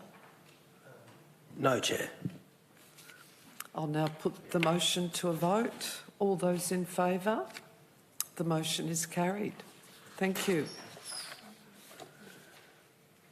Item 5.3.3, Epping Central Structure Plan for endorsement. Debbie, over to you again. Thank you, Chair. This report considers feedback received from public exhibition of the draft Epping Central Structure Plan that was conducted late last year. A number of updates have been updated due to the responses from the community, and the purpose of this report is just to seek council endorsement of the refreshed Epping Central Structure Plan. I have here Fiona with me, our Senior Strategic Planner, who will present an overview of the report and the recommendations. Thanks, Chair. Thank you. Fiona, over to you. Thank you. The preparation of the refreshed Epping Central Structure Plan is a culmination of strategic work and community engagement consultation undertaken over the past few years. What is being considered by Council tonight is the final structure plan for which we are seeking endorsement. Once endorsed, the Epping Central Structure Plan will be used to guide decision-making within the precinct. As a first key action for implementation, it is also intended to commence a review of the planning controls for the purposes of preparing a planning scheme amendment to give effect to the refreshed structure plan for Epping Central. Submitters to the structure plan will also be notified of tonight's decision. In summary, the Epping Central Structure Plan sets the direction for the future planning and development of the precinct over the next 10 to 20 years, and which is outlined in the Strategic Land Use Framework Plan for the precinct, which is contained within the structure plan. The structure plan has taken into consideration key land use and transport changes that have occurred since the original structure plan was developed in 2011 and amended in 2013, and has been updated to ensure consistency with Council's Community Plan Whittlesea 2040. The Epping Central Structure Plan review is a community plan action item, and endorsement of this final structure plan completes this current action. The report before Council outlines the stages of community engagement undertaken to date and summarises the key issues raised as part of the feedback made in response to the recent consultation, as Debbie mentioned, undertaken on the draft structure plan late last year, where we received some 264 contributions and 7 individual submissions as part of the process. The feedback to the draft structure plan as a whole was generally supportive, with the individual submissions generally seeking site-specific changes to the structure plan. Whilst various changes to the structure plan have been made in response to the feedback, some of the more site-specific changes have not been supported on the basis that these are more detailed issues, more appropriately dealt with as part of the detailed planning permit process. It is, however, noted that there will be further community consultation as part of the planning scheme amendment process to review the planning controls. Thank you, Fiona. Thank you. I wonder if I could ask an initial question.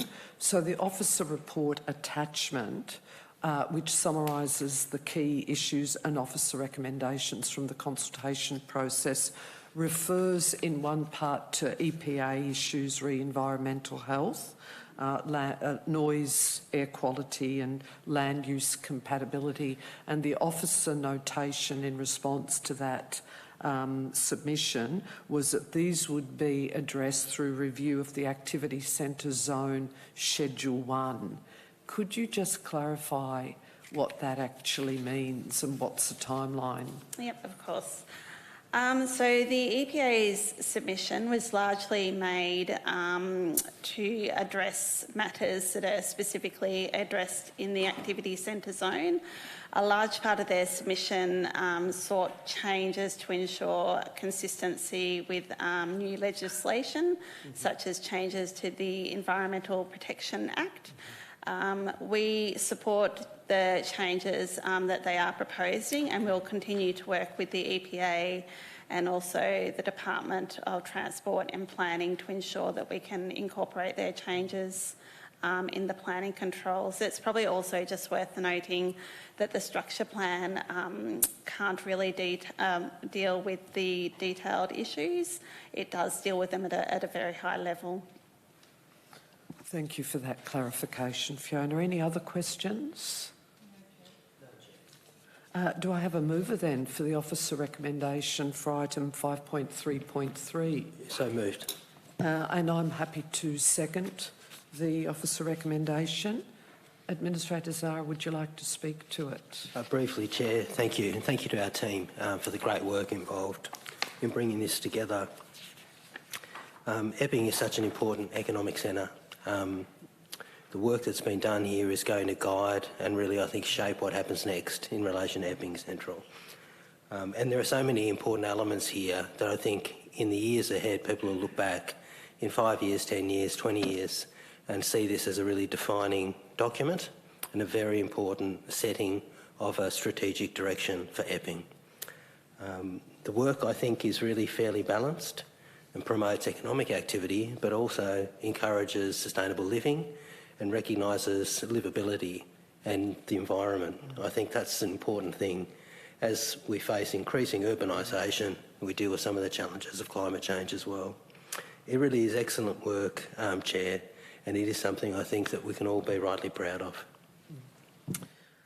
Thank you, Administrator Zara, and I'd echo those comments and make just as a couple of other further comments that the officer report indicates that it's a refreshed structure plan, which obviously supersedes the 2011 plan, which has guided planning and development across what is our largest activity centre. And I was really interested when we were briefed, and it's well reported within the this officer report, how much has happened since 2011. And within the body of the report, there's all the comments about the amount of important development and Northern Hospital, affordable housing provision, the Melbourne market, the expansion of Pacific Epping, the new Epping Services Hub, which we won the award for, Costco supermarket and Quest Service Departments and many other aspects. So as Administrator Zara indicated, this is such important work because it's now going to guide the future of our really important Metropolitan Activity Centre. And again, I echo the comments made by Administrator Zara of congratulating and thanking staff again for the enormous amount of work that's been involved in our refreshed structure plan. And unless there's any other comments, I'll now put the motion to a vote. All those in favour? The motion is carried. Thanks again. Please remain seated. Item 5.3.4, Layla Development Plan Addendum. And Debbie, if you'd like to introduce this report. Yes, thank you, Chair. I have Stephen here with me tonight, our strategic planner, to speak to the report and the recommendations. Thanks, Chair. Thank you, Stephen. Thanks all. Good evening. This report details the proposed amendment of the endorsed Laylaw Development Plan, also known as the Carlingford and Mosaic Living Development Plan, and the outcome of the exhibition of the amendment. The proposal seeks to change the land use designation in the development plan for the subject site, 50S Gilwell Road. This will see the designation change from integrated residential age-in-place estate to medium-density residential. The amendment will be via the attachment of an addendum to the existing development plan, which will detail the new land use, provide the site history and justification for the change in land use. The site is a portion of a larger parcel of land owned by Bapt Care, who originally planned to deliver an aged care facility and retirement village on this larger site. A permit was issued to enable this development, with the aged care component delivered in the northeast corner of the larger lot. Subsequently, though, a portion of the balance land proposed for the retirement village has been approved by state government for a social housing development. Bapt Care have advised that they can no longer deliver the retirement village as originally planned on the subject site and have requested the land use designation be amended to allow for medium density residential development instead. The amendment was exhibited to 50 surrounding landowners and occupiers and 5 potentially affected agencies from the 9th of March to the 24th of March. One objection was received, though this was out of scope as it did not relate to the amendment, but was an objection to the social housing development to the northeast of the subject site, the northwest of the subject site. The proposed change in land use designation on the site from integrated residential age-in-place estate to medium density residential use is considered an appropriate change that still delivers against the intention of the endorsed development plan, particularly regarding land use and density. The proposed medium density residential will see a similar number of dwellings delivered to what was originally proposed for the retirement village, furthering housing choice supported by surrounding local parks, open space and access to community services and infrastructure. Noting all of the above, the report recommends that Council approve the addendum to the endorsed development plan. Thank you, Stephen. I've just got one question, and it relates to the point you've just made. Can you just confirm in relation to Addendum 3, which is the addendum prepared by Urbis, the proposed change from integrated residential age-in-place estate to medium-density residential, they actually note within their addendum that the adjustment to the overall number of dwellings is negligible, and you also said similar number in detail. Can you just clarify that? Yeah, so under the planning permit and the plans endorsed through the planning permit for the retirement village proposed for the site, there was 82 dwellings on the subject site proposed and endorsed. We anticipate a similar number of medium density dwellings to be delivered. Probably 82 is the higher limit. Okay. So something just under 82, Okay. we'd anticipate. Thank you. Other questions, administrators?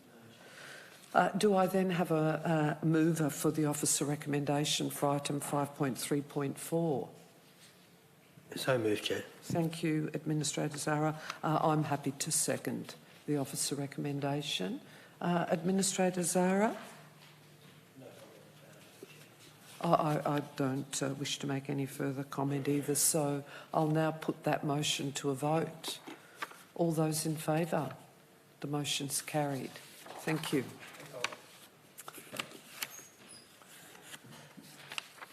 Item 5.3.5, petition 605 Dalton Road, Epping Nature Strip. And if I could invite Amanda Dodd, our Acting Director of Infrastructure and Environment, to introduce this item. Thank you.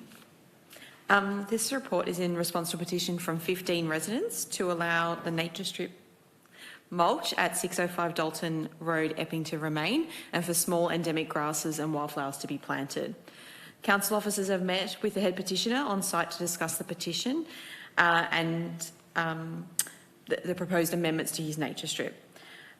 We're about to start community consultation on some new nature strip garden guidelines alongside the draft community local law that you heard about earlier today. These draft guidelines are proposing to allow mulch across nature strip with clear zones around the perimeter. Council has liaised with the head petitioner and provided information about the proposed guidelines. The officer recommendation is to allow the continuation of the alterations of the nature strip at 605 Dalton Road, with some slight changes aligning to the new proposed draft nature strip garden guidelines. Thank you. Thank you, Amanda. My question, if I could start, relates to that very last point that you've made. In the officer recommendation, it does refer to changes aligning to the proposed draft nature strip garden guidelines. Can you just clarify what those changes that have been required are? So the changes are just around the amount of mulch around the perimeter of the nature strip to make sure that there's an appropriate buffer distance so the mulch isn't sort of spreading out onto the roads and nature strip. Not nature strip, the footpath. Okay, thank you. Any other questions, administrators? I'm happy to move the officer recommendation for item 5.3.5, and do I have a seconder? Seconded, Chair. Thank you, Administrator Duncan. I just wanted to make a couple of really brief comments in relation to this petition. And I've been out on site to Dalton Road, and personally I think this is a really great outcome, twofold. Firstly, in relation to our new draft nature strip guidelines, which you've referred to, which will be going out on public consultation as part of our new community local law. But also just in allowing residents the ability to plant out their nature strip, subject to broad compliance with the new guidelines. And in this case, it's particularly good that it's supported by adjacent residents as well. So I congratulate council officers, and I want to wish Samuel well in his environmental and gardening pursuits. Administrator Duncan. No. I'll now put that motion to a vote. All those in favour? The motion is carried. Thank you. Item 5.5.1, Environmental Sustainability Strategy 2012 to 2022, closeout. And Amanda, if you'd like to introduce this item. Thank you. I'm extremely pleased to be able to introduce Fiona, who is Council's Sustainable Organisation Officer, to present the paper of the closeout of our last Sustainable Environment Strategy 2012 to 2022. This report closes out 10 years of amazing action to create a sustainable future for all, which Fiona will talk a bit more about. So over to you, Fiona. Thank you, Amanda. Thank you. And good evening, everyone. The report presented to Council provides an overview of the successful completion of the Environmental Sustainability Strategy 2012-2022, which was adopted by Council just under a decade ago on the 7th of May in 2013. It represents a significant piece of work and the closeout reporting on a strategy in line with its monitoring and implementation plan. This report outlines progress against the 206 actions of the strategy, highlighting the key achievements and next step for the City of Whittlesea's contribution towards securing a sustainable, net zero emissions and climate resilient future. It shows tremendous achievement with all but one of the 206 actions commenced and all 123 ongoing actions operational and continue to be supported across Council as part of day-to-day business operations. The successful implementation of the strategy reflects the deeply collaborative and committed approach across various Council departments. This collaboration will continue with the implementation of the recently adopted Sustainable Environment Strategy 2022-2032. We are asking Council to note the completion of the Environmental Sustainability Strategy and officially close out the document. We are also asking Council to write to the Minister for Climate Action, the Minister for Environment and Members of Parliament representing the upper and lower house seats in our municipality to provide an update on the outcomes of the strategy. Thank you, and I welcome any questions. Thank you, Fiona. Any questions, administrators? No, I have no questions either. So do I have a mover for the officer recommendation for item 5.5.1? I'm happy to move this one, Chair. Thank you, Administrator Duncan, and I'm happy to second the officer recommendation. Administrator Duncan. Yes, thank you. Just briefly, I think just to comment that this is a power of work from 2013 until obviously this year. And so I'd like to thank those that came before us to set this strategy in place because it's quite visionary and probably ahead of its time, and to thank those that were here, are here and who will be here when we do our next strategy. Just amazing that we've achieved so much. I think 206 priorities, just unbelievable, and it doesn't sound like a lot, but it is actually a lot of work in this particular area. So well done to everyone, and the achievement of, as I said, those that came before us, those who are here now, and obviously will continue this great sort of forward thinking and progress. I'm not preempting anything, but into the future as well. So well done, everybody. Thank you, Administrator Duncan. I'd echo those comments, and I think the report makes it really clear that in relation to the previous strategy, which was adopted by Council in 2013, that there's just been enormous achievement against that strategy, and that's been across the Council and obviously with involvement of many community members as well. So my congratulations goes out to staff, to community and business partners as well. And then I just wanted to note the point that you also highlighted that we've got our new Sustainable Environment Strategy 2022-2032 with all of its subsidiary suite of long-term plans that we've resolved on, whether it's climate change, rethinking waste, city forest, water for all, green wedge management plans, such an important suite of documents. And I also look forward to ongoing public reporting against our new strategy and long-term plans. So again, congratulations to everyone involved in achievement to date and into the future. Thank you. I'll now put that motion to a vote. All those in favour? The motion is carried. Thank you.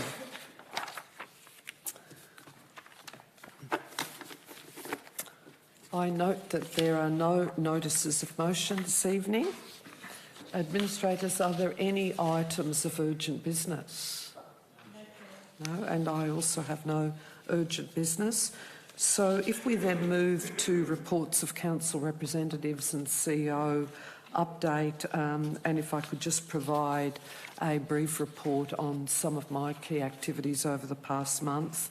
I attended the MAV State Council alongside the CEO, and you'd be aware of the fact that we had a number of motions going to the State Council, which all were resolved upon. Alongside Administrator Zara, I attended the City of Whittlesea Audit and Risk Committee, and then it's previously been noted that all administrators form the advisory committee for the Community Action Plan and the budget. I also attended the Interface Council Group Forum, which is really important in terms of the networking across the Interface Group of Councils. And alongside Administrator Duncan, I attended the City of Whittlesea Business Advisory Panel meeting.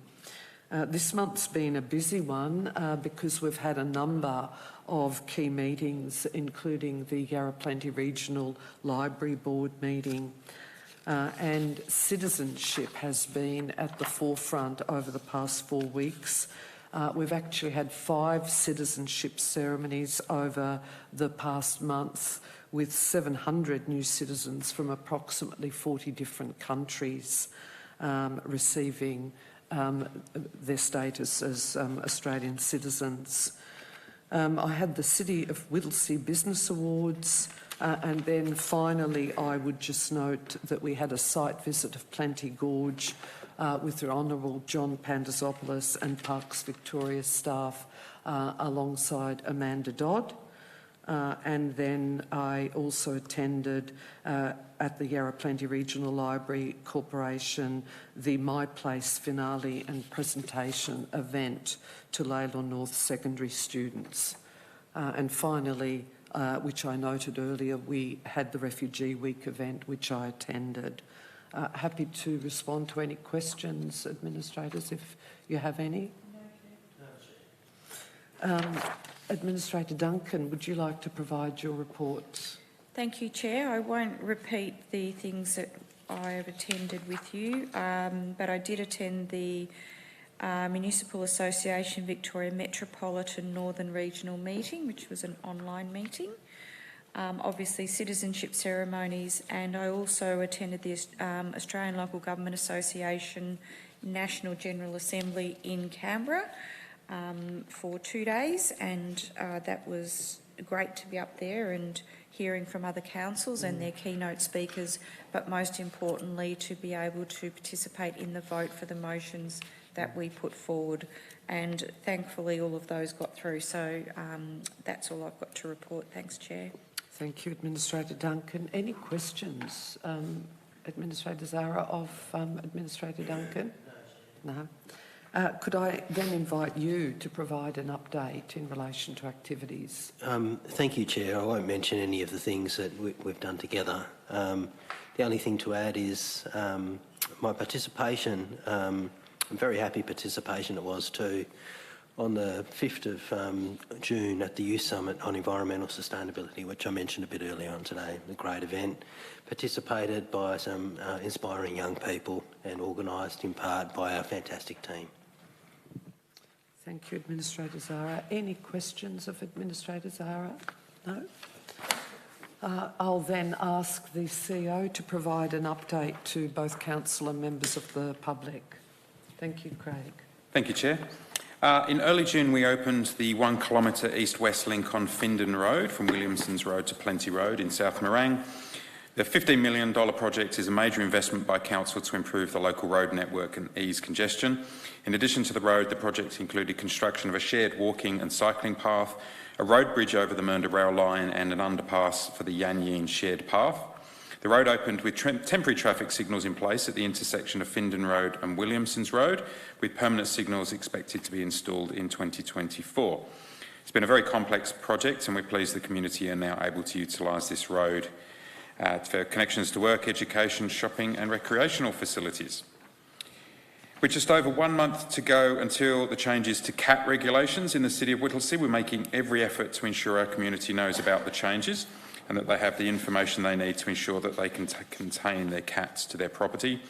From the 1st of August, all cats must be confined to their owner's property at all times or under effective control when outside the property. All cats being registered for the first time must also be desexed. We're offering a series of free DIY workshops in the coming month to help cat owners prepare for the change to confinement rules, and you can book your spot on our website at whittlesea.vic.gov.au/cats. We were pleased to receive the news earlier this week that the purchase of land for the Inland Rail Intermodal Terminal in Beveridge in the City of Whittlesea part has now been completed, and that these designs are progressing. The National Intermodal has purchased 1,100 hectares of land in Beveridge to build the intermodal freight terminal, with the first trains due in 2025 and full operation by 28-29. The terminal is expected to deliver an enormous boost to local employment, with some 20,000 jobs required for both the construction and the ongoing operations, and it will contribute about $3.5 billion to the economy each year. This project's been one of Council's priority advocacy projects for some time, so we're pleased to see that happen. And finally, on our customer service journey, we're committed to improving our customer services. And late last year, we launched a customer feedback survey to understand what we're doing well and where we could improve. We've really been focusing on delivering good quality customer service to our residents, and I'm really proud to advise that since November, that customer satisfaction score has increased by 37%, and we're now averaging a customer satisfaction score of 85% for the last month. We know we've still got some work to do in that space, but we're committed to making further improvements to improve our customer service. Thank you, Chair. Thank you, Craig. And I do need to note that all of these verbal reports will be documented in the minutes. Sorry, I omitted to ask whether there was any questions of the CEO. I have a question for the CEO. Thanks, Chair. Just wondering, Craig, with Findon Road, have you received relieved and good feedback from residents? Yeah, certainly I've been watching the chatter online and there was a lot of positivity towards it. I think people have been waiting for that to open for a long time, and again, just thank people for their patience. It was a pretty complex project. Yeah, no, I think that's right, but no, I think it's good it's finally done, so well done. Thank you. Well done to the team. Thank you. I note that there's no confidential business this evening, so that brings us to the end of the meeting, and therefore I declare the meeting closed at 8:35 p.m. Thank you.